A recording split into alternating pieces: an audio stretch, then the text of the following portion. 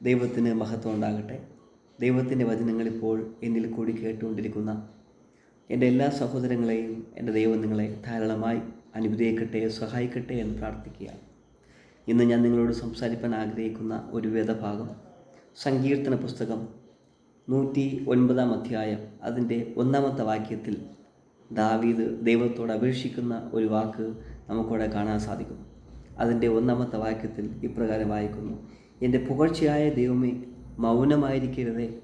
ദൈവത്തിന് മഹത്വം ഉണ്ടാകട്ടെ. അവിടെ ദാവീദ് പറയുകയാണ്, എൻ്റെ പുകഴ്ചയായ ദൈവമേ, അങ്ങ് മൗനമായിരിക്കരുതേ. പലപ്പോഴും നമ്മുടെ ജീവിതത്തിലെ ഉയർച്ചയും താഴ്ചയൊക്കെ തരുന്നത് അത് ദൈവമാണെങ്കിൽ ദാവീദ് പറയുന്നു, എൻ്റെ ഉയർച്ചയെല്ലാം ദൈവം തന്നതാണ്, എന്നെ ഉയർത്തുന്നത് ദൈവമാണെന്ന് ദാവീദിന് അറിയാം. അതുകൊണ്ട് ദാവീദിൻ്റെ ചില പ്രാർത്ഥനകളിൽ ദൈവം മൗനം പാലിക്കുന്നു.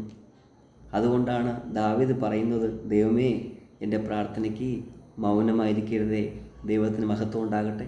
എന്നെ കേൾക്കുന്ന സഹോദരങ്ങളെ, പലപ്പോഴും നാമും ദൈവത്തോട് പല പല വിഷയങ്ങൾ പ്രാർത്ഥിക്കാറുണ്ട്. എന്നാൽ ചില വിഷയങ്ങളിൽ മാത്രം ദൈവം മൗനം പാലിക്കുന്നു. പലപ്പോഴും നാം ശ്രദ്ധിച്ചു നോക്കിക്കൊള്ളണം, നമ്മുടെ ചില പ്രാർത്ഥനയ്ക്ക് മാത്രം അത് മറുപടി കിട്ടാൻ താമസം. നാം ചില വിഷയങ്ങൾ പ്രാർത്ഥിക്കുമ്പോൾ ആ വിഷയത്തിൽ ദൈവം നമ്മളെ ഏറ്റവും അനുഗ്രഹിക്കുന്നതിന് വേണ്ടിയാണ് ദൈവം മൗനം പാലിക്കുന്നത്. അല്ലാതെ ദൈവം നമ്മെ വിട്ട് പോയത് കൊണ്ടല്ല, അല്ലെങ്കിൽ ദൈവം നമ്മോട് പിണങ്ങിയത് കൊണ്ടല്ല. കർത്താവിന് സ്തോത്രം ചെയ്യുന്നു. 10 സങ്കീർത്തനം പറയുകയാണ്, യഹോവേ, നീ ദൂരത്ത് നിൽക്കുന്നതെന്ത്? കഷ്ടകാലത്ത് അങ്ങ് മറിഞ്ഞു കളയുന്നതെന്ത്? ദൈവത്തിന് മഹത്വം ഉണ്ടാകട്ടെ. നമ്മുടെ ജീവിതത്തിൽ ഒരു കഷ്ടമോ പ്രയാസമോ വരുമ്പോൾ നമ്മെ വിട്ട് മറിഞ്ഞു കളയുന്നൊരു ദൈവമല്ല കർത്താവ്. ദൈവത്തിന് മഹത്വം ഉണ്ടാകട്ടെ. ഇവിടെ ദാവീദ് എന്തുകൊണ്ടാണ് അവിടെ മൗനമായിരിക്കരുതേ എന്ന് പറയുന്നതിൻ്റെ കാരണം അതിൻ്റെ 2 വാക്യത്തിൽ പറയുന്നു, ദുഷ്ടൻ്റെ വായും വഞ്ചകൻ്റെ വായും എൻ്റെ നേരെ തുറന്നിരിക്കുന്നു. ദൈവത്തിന് മഹത്വം ഉണ്ടാകട്ടെ. പലപ്പോഴും നമ്മൾ അധികമായി സ്നേഹിക്കുന്ന വ്യക്തികൾ ചിലപ്പോൾ ദുഷ്ടന്മാരായും ചിലപ്പോൾ വഞ്ചകന്മാരായും നമ്മളെ വാക്കുകൾ കൊണ്ട് നമ്മെ നശിപ്പിക്കുവാൻ ശ്രമിച്ചിട്ടുണ്ടായിരിക്കാം.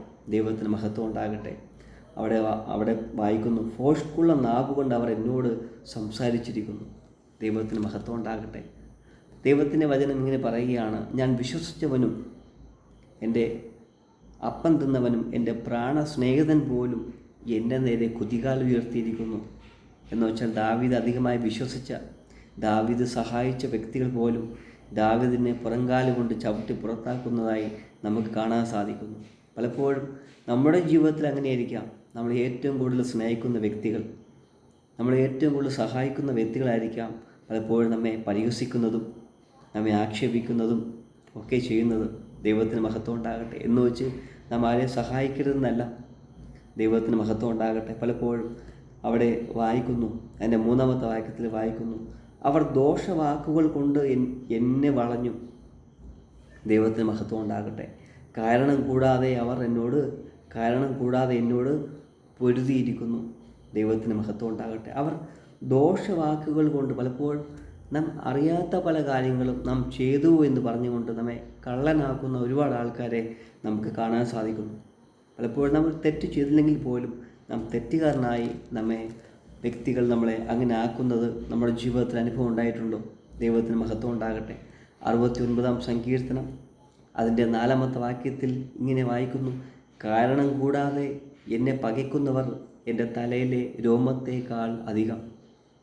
എന്നെ കേൾക്കുന്ന സഹോദരങ്ങളെ, നമ്മുടെ ജീവിതത്തിൽ ഒരു തെറ്റ് ചിലപ്പോൾ ഇല്ലെങ്കിൽ പോലും, ഒരു കാരണവും ഇല്ലെങ്കിൽ പോലും അവിടെ ദാവീദ് പറയുകയാണ്, ഒരു കാരണവും ഇല്ലാതെ എന്നെ പകയ്ക്കുന്നവർ എൻ്റെ തലയിലെ രോമത്തേക്കാൾ അധികമാകുന്നു.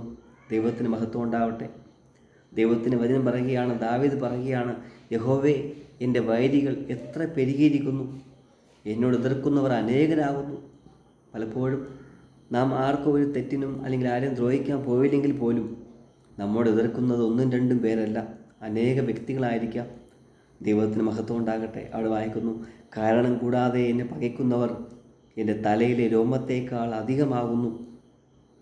അവിടെ വായിക്കുന്നു, വൃഥ എനിക്ക് ശത്രുക്കളായി എന്നെ സംഹരിക്കാൻ ഭവിക്കുന്നവർ പെരുകിയിരിക്കുന്നു.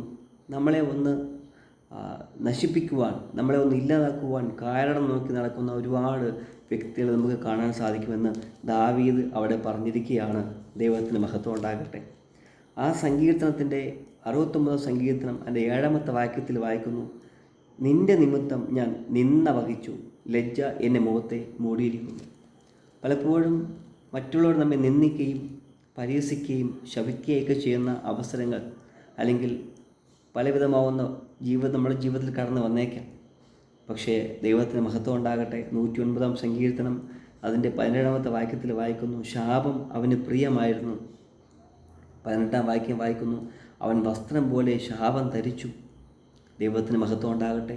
നാം ആർക്കും ഒരു ദ്രോഹം ചെയ്തില്ലെങ്കിൽ, നമ്മുടെ ഭാഗത്ത് നീതിയാണെങ്കിൽ, ദൈവത്തിന് വചനം പറയുകയാണ്, എത്ര ശപിച്ചാലും ശരി, ആൾക്കാരെ തലകുത്തിയൊന്ന് ശപിച്ചാലും ശരി, നമ്മുടെ ജീവിതത്തിൽ ഒരു ശാപവും ഫലിക്കയില്ല.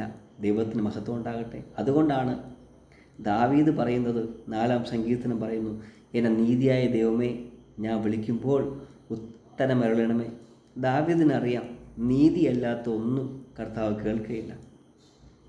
ദൈവത്തിന് മഹത്വം ഉണ്ടാവട്ടെ. നമ്മളൊരു വ്യക്തിയെപ്പറ്റി ദൈവത്തോട്, ദൈവമേ അവൻ എന്നെ അങ്ങനെ ചെയ്തു, അവൻ എന്നെ ഇങ്ങനെ ചെയ്തു, അവനൊരു പണി കൊടുക്കണമേ എന്ന് ദൈവത്തോട് പ്രാർത്ഥിച്ചാൽ പ്രാർത്ഥിക്കുന്നവർ തന്നെ കിട്ടും. ദൈവത്തിന് മഹത്വം ഉണ്ടാവട്ടെ. ദൈവം നീതിയല്ലാത്ത ഒന്നും ചെയ്യുകയില്ല. ദൈവത്തിന് മഹത്വം ഉണ്ടാകും. ദൈവത്തിന് മുഖപക്ഷമില്ല. ആര് തെറ്റ് ചെയ്യുന്നുവോ ദൈവം അവനെ ശിക്ഷിക്കുക തന്നെ ചെയ്യും. ദൈവത്തിന് മഹത്വം ഉണ്ടാകട്ടെ. നമ്മളാരെ ശപിക്കാൻ പാടില്ല, നമ്മളാരെ ആക്ഷേപിക്കാൻ പാടില്ല. ദൈവത്തിന് മഹത്വം ഉണ്ടാകട്ടെ.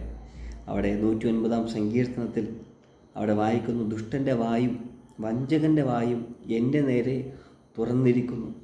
അതിൻ്റെ സങ്കീർത്തനം 109-ൻ്റെ 4-ാമത്തെ വാക്യത്തിൽ വായിക്കുന്നു, എൻ്റെ സ്നേഹത്തിന് പകരം അവർ വൈരം കാണിക്കുന്നു, ഞാനോ പ്രാർത്ഥന ചെയ്തുകൊണ്ടിരിക്കുന്നു. ദൈവത്തിന് മഹത്വം ഉണ്ടാകട്ടെ.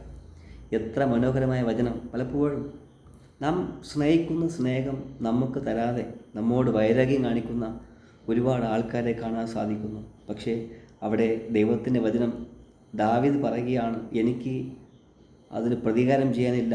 എൻ്റെ പ്രതികാരം എന്താ? ഞാൻ ദൈവത്തോട് പ്രാർത്ഥന ചെയ്തുകൊണ്ടിരിക്കുന്നു.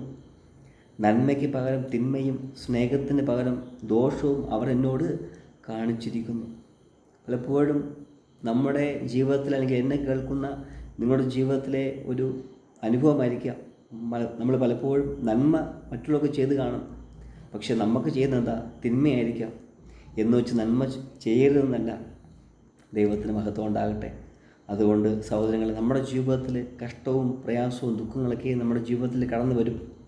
എന്ന് വെച്ച് കഷ്ടങ്ങൾ മാറിപ്പോകണമേ, ദുഃഖങ്ങൾ പോകണമേ എന്നല്ല പ്രാർത്ഥിക്കേണ്ടത്.